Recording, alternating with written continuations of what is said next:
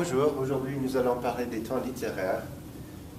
Il y a quatre temps littéraires, le passé simple, le passé antérieur, l'imparfait du subjonctif et le plus que parfait du subjonctif. Pour l'examen final, vous aurez besoin, ou l'examen de ces chapitres, ou de cette partie de la classe, vous aurez besoin d'identifier le temps littéraire correct. Donc aujourd'hui, je voudrais parler de la philosophie, de comment identifier le temps correct, parce que des fois, il n'est pas très facile de bien identifier le temps correct. Donc d'habitude, il faut se souvenir du fait qu'il y a deux temps. Je voudrais tout d'abord distinguer entre les temps simples et les temps composés. Ce sont les deux temps simples. Un temps simple, c'est un temps qui est tout simplement qui n'a pas de partie du verbe. Donc le passé simple, bien sûr simple, et l'imparfait du subjonctif, ce sont des temps simples.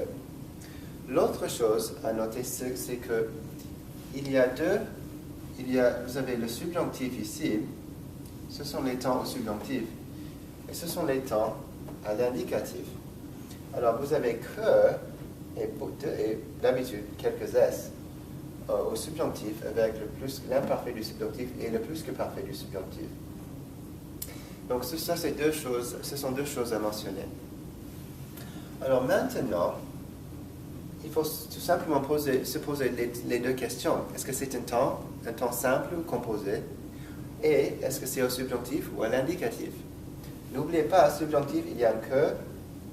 Et aussi, les critères du subjonctif, c'est que deux sujets différents. Le premier verbe, c'est un verbe de préférence, un verbe d'émotion, d'opinion, de nécessité, de volonté, de doute, n'est-ce pas? Et aussi, il y a deux sujets différents.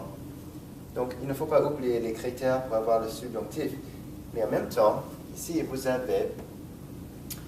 c'est une question de est-ce que c'est un temps simple ou composé? Ok, on va en faire un exemple. Elle fit le travail. Est-ce que ça, à quel temps est-ce que c'est? Ok, notez, ici, il n'y a pas de que dans la phrase, donc on peut éliminer ces deux phrases. Donc maintenant, c'est juste une question d'un temps simple ou d'un temps composé. Notez, c'est un temps simple parce qu'il y a juste une partie du verbe. Ok? Et on va faire un autre exemple. Qu'est-ce qu'on peut faire? Elle voulait que nous eussions une bonne note. Quel est le temps du verbe? Ok, maintenant, il est très évident qu'il y a deux sujets. Le premier verbe, c'est un verbe de volonté, et il y a que, et aussi deux S. Donc notez, ça, ce n'est pas, les temps à l'indicatif ne sont pas possibles ici. Pourquoi? Parce que il n'y a pas de que, ce sont des verbes à l'indicatif. Donc il y a un que. Maintenant, c'est une question de est-ce que c'est à l'imparfait ou au plus que parfait?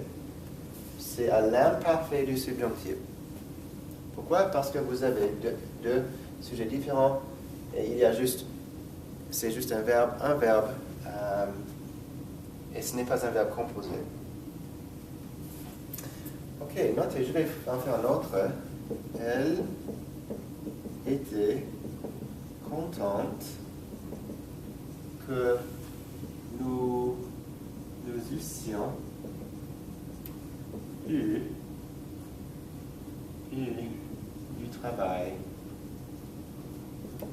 Notez ici, vous avez deux sujets différents. Vous avez un que, donc subjonctif, donc ça ce n'est pas le subjonctif, ça c'est le subjonctif.